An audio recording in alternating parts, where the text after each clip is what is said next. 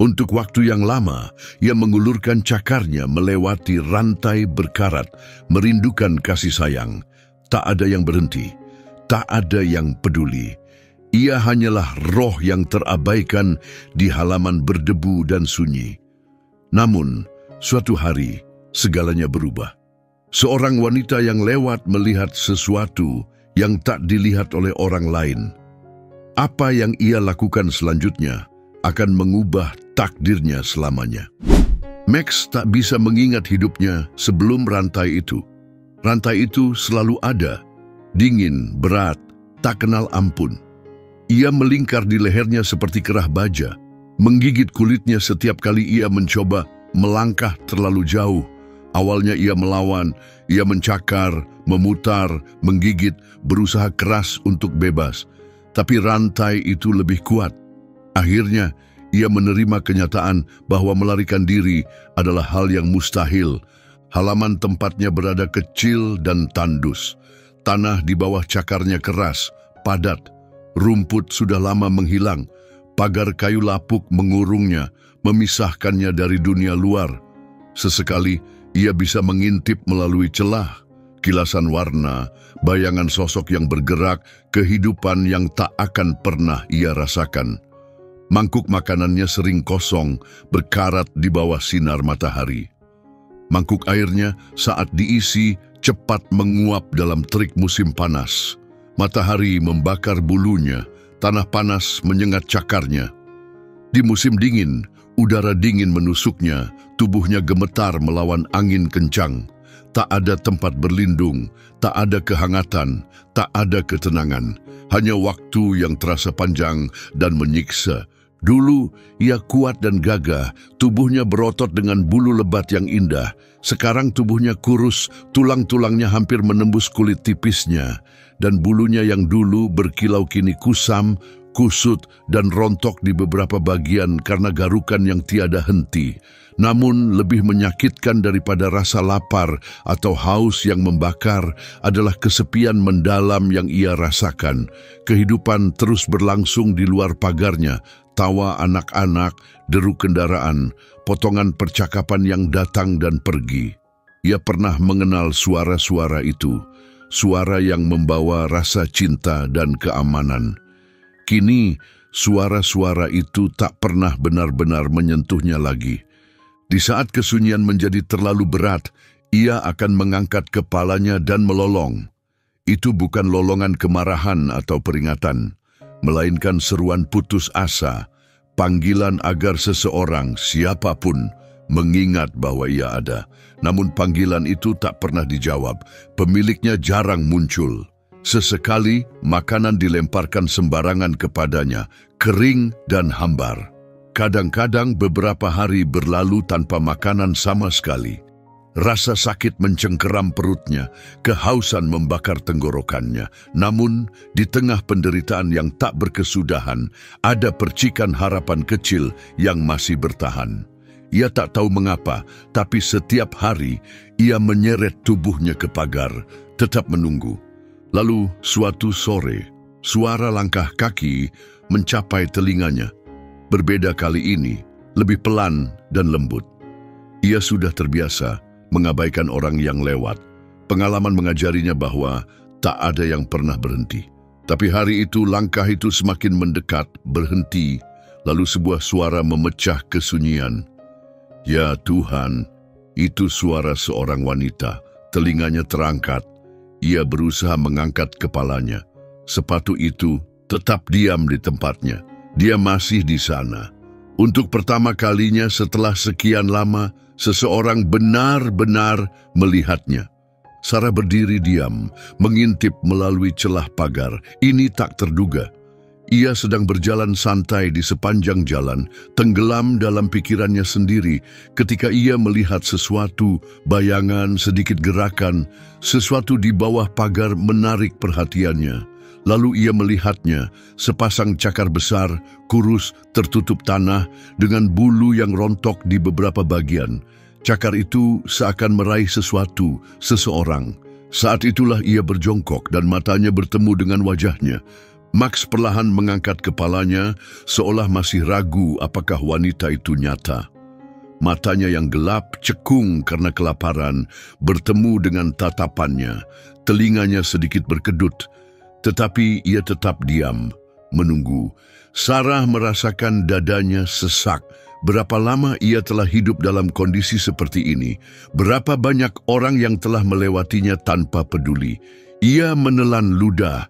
Matanya menelusuri tubuh kurus anjing itu. Tulang rusuknya mencolok di balik kulitnya. Kakinya gemetar menahan bobot tubuh yang hampir tak berbobot. Bulunya kusam, jarang, kotor, dan penuh luka. Sebuah rantai tebal dan berkarat melingkari lehernya, menggores dalam ke kulitnya. Sebuah benjolan terasa di tenggorokan Sarah. Ia telah terlalu lama bertahan dalam kesepian ini. Perlahan, ia mengulurkan tangannya ke arah Max.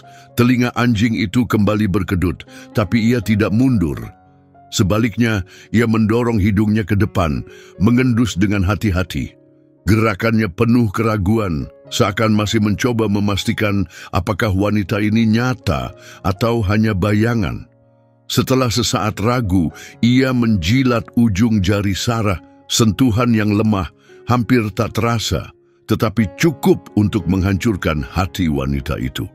Seekor anjing yang jelas-jelas diabaikan dan ditelantarkan seharusnya takut pada manusia. Seharusnya ia menjauh, namun ia tidak melakukannya. Meski telah mengalami begitu banyak penderitaan, ia masih mencari kasih sayang. Air mata mulai menggenang di sudut mata Sarah saat ia tiba-tiba berdiri, merasakan gelombang urgensi yang kuat. Ia mengepalkan tangannya, matanya menelusuri halaman, mencari tanda-tanda kehidupan. Beberapa langkah dari tempatnya berdiri, sebuah rumah tua yang kumuh tampak berdiri dengan jendela-jendela yang tertutup debu dan kotoran. Pagar di sekitarnya rusak di beberapa bagian, halaman berantakan dengan alat-alat berkarat dan sampah berserakan. Dan di sanalah Max ditelantarkan, dibiarkan bertahan sendirian, seolah-olah keberadaannya tidak lebih dari sekadar renungan yang terlupakan. Rahangnya mengeras. Ia menolak untuk mengabaikan Max seperti orang lain. Dengan cepat, ia mengeluarkan ponselnya. Jari-jarinya gemetar saat ia menggulir daftar kontaknya, mencari bantuan. Tempat penampungan, organisasi penyelamat hewan, siapa saja yang bisa menolong. Jantungnya berdegup kencang saat ia menyadari bahwa pergi begitu saja mungkin berarti mengakhiri harapan anjing itu. Ia harus bertindak. Jari-jari Sarah gemetar saat ia terus mencari nomor yang bisa dihubungi. Namun semakin lama ia mencari, kecemasannya semakin bertambah. Bagaimana jika tidak ada yang menjawab? Bagaimana jika bantuan tak pernah datang? Ketika ia menoleh kembali ke Max, ia melihat anjing itu masih mengamatinya. Telinganya bergerak setiap kali mendengar suara Sarah, meskipun tubuhnya tetap diam, pasrah dalam keputusasaan. Benjolan kembali terbentuk di tenggorokannya. Ia pertama-tama menelepon tempat penampungan hewan terdekat. Tidak ada jawaban. Ia mencoba lagi, tetap sunyi. Jantungnya semakin berdegup kencang saat ia mencoba nomor lain. Lalu nomor berikutnya, tapi tak satu pun yang mengangkat. Genggamannya di ponsel semakin erat. Kini ia hanya punya dua pilihan. Pergi dan berharap ada orang lain yang akan bertindak atau mengambil tindakan sendiri. Ketika ia kembali menatap Max yang masih diam dan menunggu, ia tahu bahwa ia tidak bisa pergi begitu saja. Ia menyimpan ponselnya ke dalam saku dan meraih kunci gerbang, terkunci seperti yang sudah diduganya. Matanya dengan cepat menelusuri pagar, mencari cara lain untuk masuk. Pagar itu kokoh, tidak terlalu tinggi, tetapi cukup kuat untuk mencegahnya memanjat. Sarah berjalan menyusuri pinggirannya, mencari celah atau titik lemah yang bisa ia gunakan sebagai jalan masuk. Akhirnya di bagian belakang pagar, ia menemukannya. Beberapa papan kayu tua telah membusuk dan runtuh, menciptakan celah yang cukup lebar untuk ia lewati. Ia hanya ragu sesaat sebelum berlutut dan merayap melewati celah sempit itu, Tangannya menyentuh tanah dan rumput kering saat ia masuk. Berdiri di sisi lain pagar, Sarah akhirnya bisa melihat Max sepenuhnya tanpa halangan. Kini ia tidak hanya melihat sekilas melalui celah pagar atau hanya cakarnya yang terulur, tetapi seluruh tubuhnya, sosok yang kurus kering dengan kondisi yang begitu menyedihkan. Tulang rusuknya tampak menonjol di balik bulunya yang jarang dan kusam. Kakinya hampir tak sanggup menopang tubuhnya yang gemetar. Dengan hati-hati Sarah melangkah mendekatinya. Max tetap diam, matanya terus terpaku padanya, tertahan oleh beratnya rantai yang melilit lehernya. Nafas Sarah bergetar saat ia berbicara dengan lembut. "Hei teman." Telinga Max berkedut mendengar suaranya. Sarah berjongkok, mendekat dengan gerakan yang lambat dan penuh kehati-hatian. Ia ingin segera menyentuh Max, namun menahan diri. Ia tahu, dalam momen seperti ini, kesabaran adalah segalanya. "Kamu sudah di sini lama sekali, ya?" Bisiknya pelan. Max berkedip lambat, lalu dengan ragu, ia bergerak sedikit ke depan. Gerakannya begitu kecil, hampir tak terlihat, tapi bagi Sarah, itu berarti segalanya. Itu adalah bukti bahwa ia masih memiliki secercah harapan. Sarah kembali mengulurkan tangannya, telapak terbuka, mengundangnya untuk mendekat. Max mengendus udara, masih waspada dan tak yakin, tapi ia tidak mundur. Sarah membiarkannya mengambil waktu yang ia butuhkan. Tatapannya lalu beralih ke rantai berkarat yang tebal di leher Max. Ia terkejut melihat betapa eratnya rantai itu dan bekas luka yang ditinggalkannya. Pasti sudah bertahun-tahun ia mengenakan rantai ini. Jemari Sarah mengepal. Perutnya terasa mual karena marah. Bagaimana bisa seseorang tega membiarkan makhluk hidup menderita selama ini? Ini bukan sekadar kelalaian, ini adalah kekejaman. Dengan tekad yang semakin kuat, Sarah melirik ke arah rumah. Rumah itu berdiri sunyi, tanpa cahaya, tanpa tanda-tanda kehidupan. Apakah mungkin tidak ada seorang pun di dalam? Apakah Max benar-benar telah ditinggalkan sepenuhnya? Jantungnya berdetak cepat, terjebak antara ketakutan menghadapi pemilik rumah dan rasa ngeri atas kenyataan bahwa Max telah diabaikan begitu lama. Tapi siapapun yang ada atau tidak ada di dalam rumah itu, satu hal pasti, Max tidak bisa tetap tinggal di sini. Ia menoleh kembali ke Max, menatap matanya yang lelah. "Aku akan mengeluarkanmu dari sini," bisiknya dengan mantap. Saat mendengar kata-kata itu, ekor Max berkedut sedikit, isyarat kecil yang membuat Sarah hampir menangis. Ia tahu, tanpa keraguan sedikit pun, bahwa ia akan melakukan apapun untuk menyelamatkan anjing ini. Dengan cepat, ia memeriksa ponselnya lagi. Kali ini, ia tidak mencari bantuan sembarangan. Ia menelepon polisi. Genggamannya mengerat di sekitar ponsel saat ia menunggu sambungan tersambung. Setiap detik terasa begitu lama. Bagaimana jika panggilannya tak dijawab?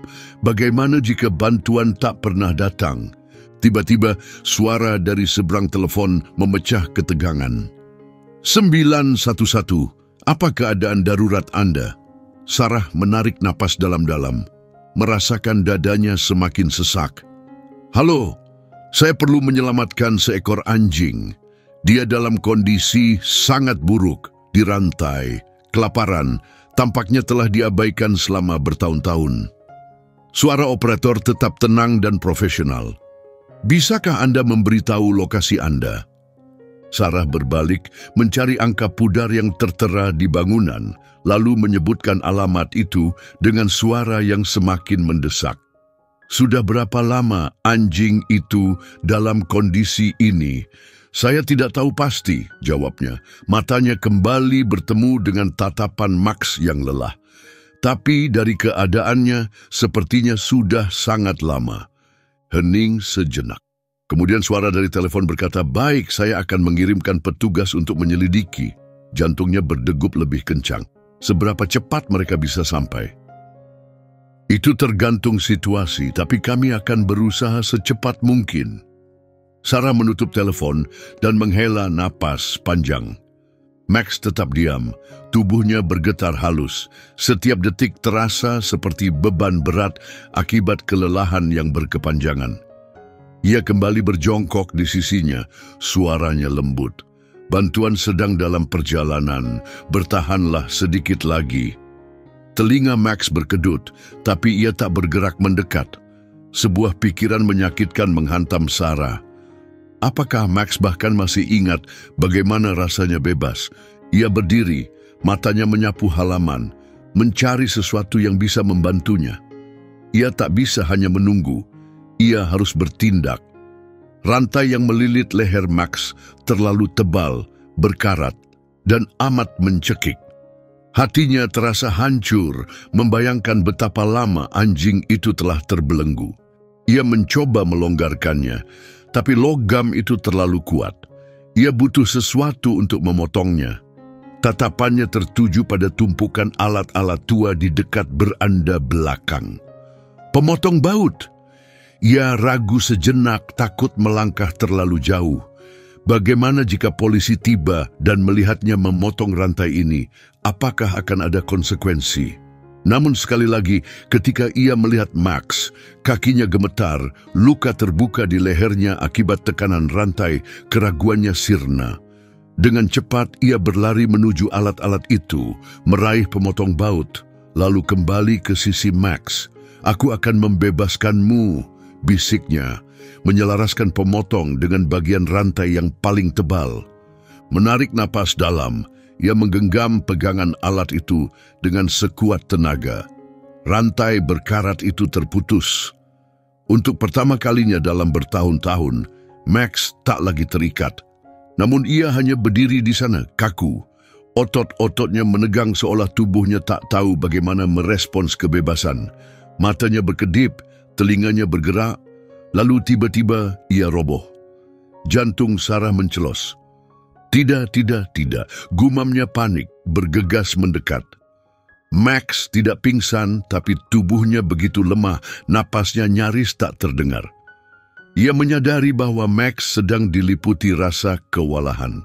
Setelah bertahun-tahun dirantai, tubuhnya tak terbiasa dengan kebebasan.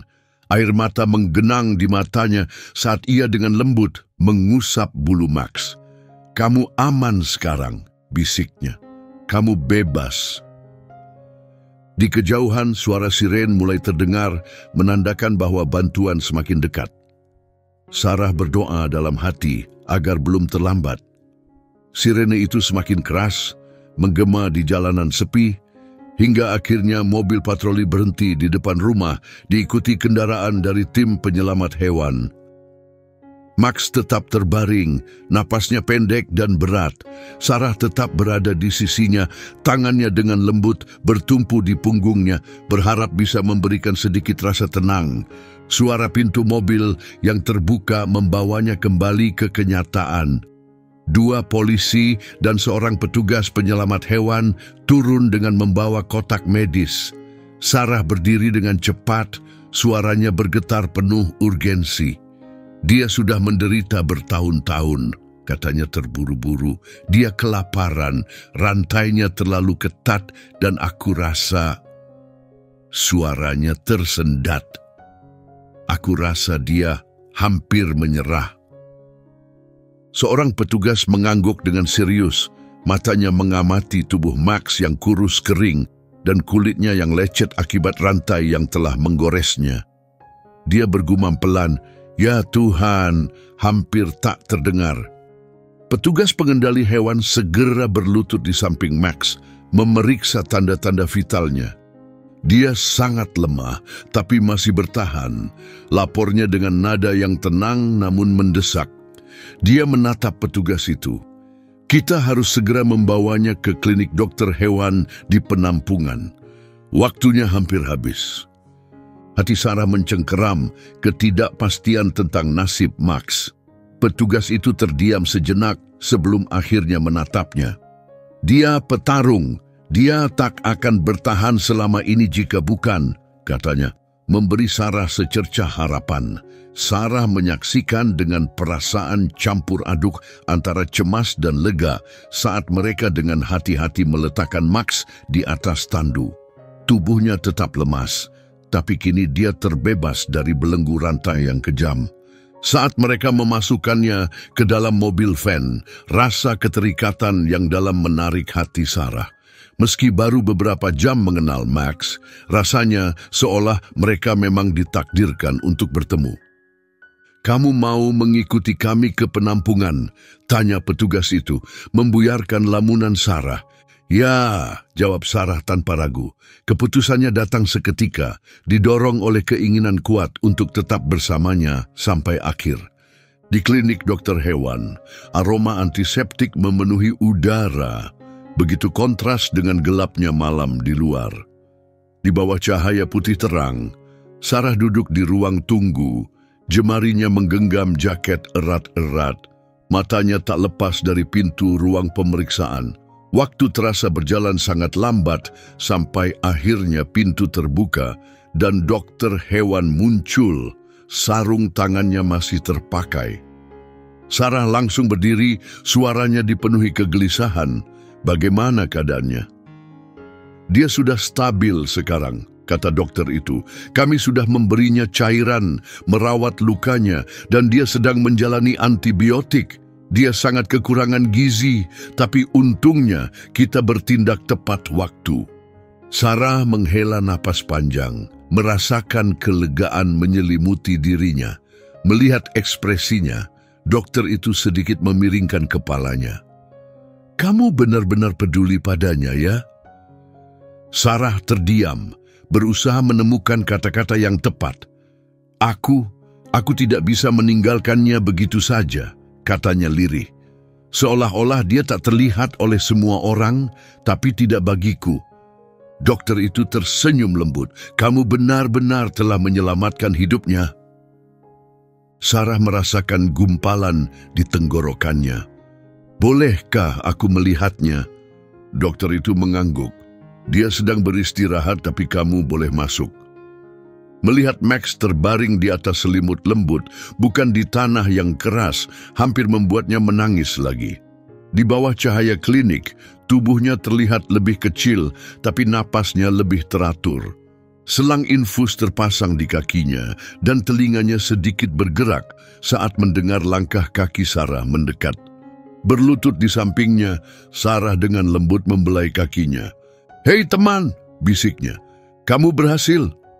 Matanya sedikit terbuka, lalu ekornya bergerak pelan, gerakan kecil, tapi cukup bagi Sarah untuk tahu bahwa setelah sekian lama, Max akhirnya merasa aman. Air mata menggenang di matanya saat dia tersenyum, bersyukur bahwa Max akhirnya bebas. Perjalanan pemulihan Max berlangsung perlahan, dengan setiap hari membawa perubahan kecil yang menandakan kemajuan. Awalnya, dia hampir tak bergerak. Sebagian besar waktunya dihabiskan berselimut di tempat penampungan, tubuhnya terlalu lemah untuk banyak beraktivitas. Tim dokter hewan terus mengawasinya dengan saksama, memastikan dia makan dengan baik, tetap terhidrasi, dan perlahan mendapatkan kembali kekuatannya. Sarah tak pernah melewatkan satu hari pun untuk mengunjunginya. Pada awalnya, respons Max sangat minim. Dia hanya sedikit mengangkat kepalanya saat Sarah berbicara. Telinganya bergerak mendengar suaranya, tapi tubuhnya masih terlalu lemah untuk berdiri atau menunjukkan tanda-tanda semangat. Meski begitu, Sarah tak pernah absen. Dia duduk berjam-jam di sampingnya, berbicara dengan lembut, membiarkan Max terbiasa dengan kehadirannya. Dia menceritakan kesehariannya, berbagi harapannya untuk suatu hari bisa membawanya keluar, dan meyakinkan Max bahwa dunia ini tidak sekejam yang pernah dia alami. Sore itu menjadi titik balik. Saat Sarah memasuki ruangannya, dia melihat sesuatu yang luar biasa. Max sedang berdiri, kakinya gemetar, gerakannya ragu-ragu, tetapi dia berhasil tegak. Hatinya membuncah dengan kebahagiaan. "Lihat kamu sekarang," bisiknya sambil mendekat. Max melangkah perlahan, satu langkah, lalu satu langkah lagi. Tatapan mereka bertemu, dan untuk pertama kalinya ada sesuatu yang berbeda di matanya. Kepercayaan.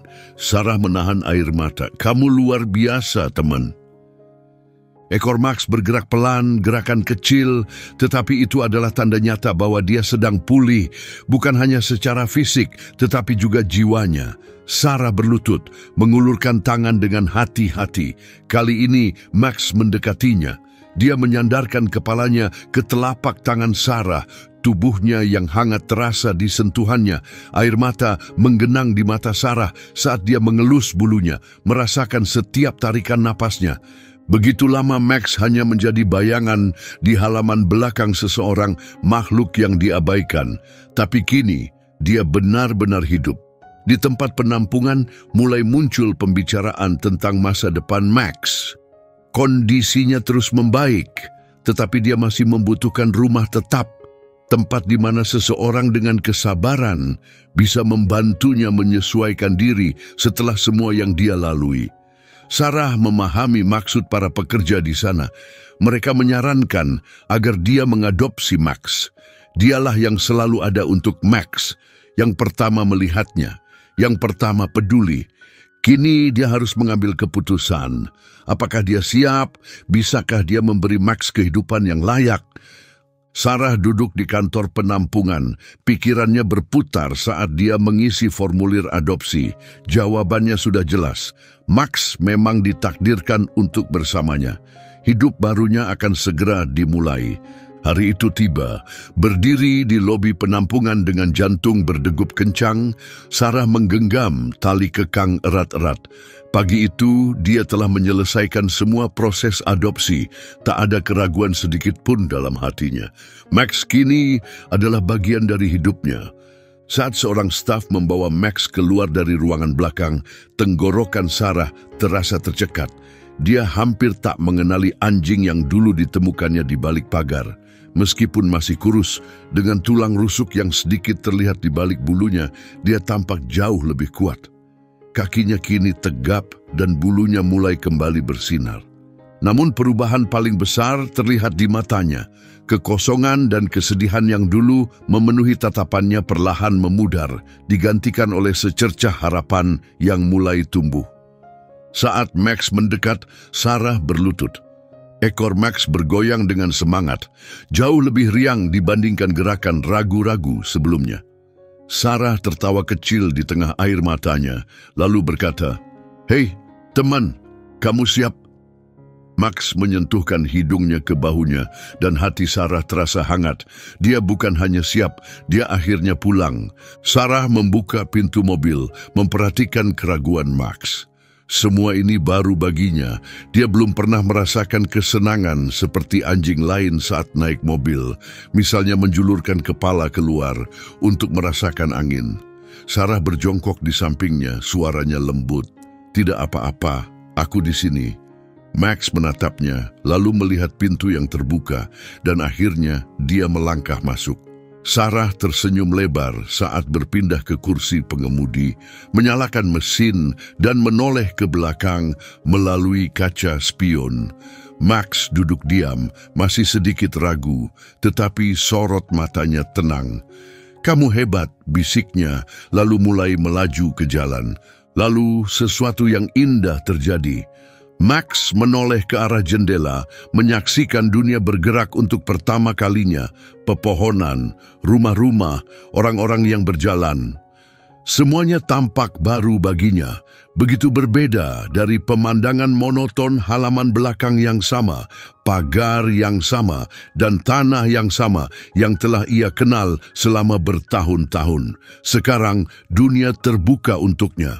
Sarah menuntun Max masuk ke dalam, mengamati saat ia dengan hati-hati mengendus udara.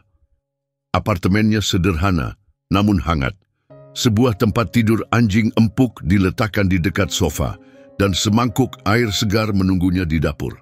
Sarah telah membeli mainan untuknya, meskipun ia tak yakin apakah Max mengerti konsep bermain. Max berjalan perlahan, melintasi ruangan. Cakarnya mengetuk lembut lantai kayu. Sarah duduk, memberinya kebebasan untuk menjelajah. Max memeriksa semuanya, sofa, karpet, dinding. Lalu dengan mantap, ia berjalan ke arahnya dan meringkuk di kakinya. Hati Sarah terasa sesak oleh emosi. "Kamu benar-benar percaya padaku ya?"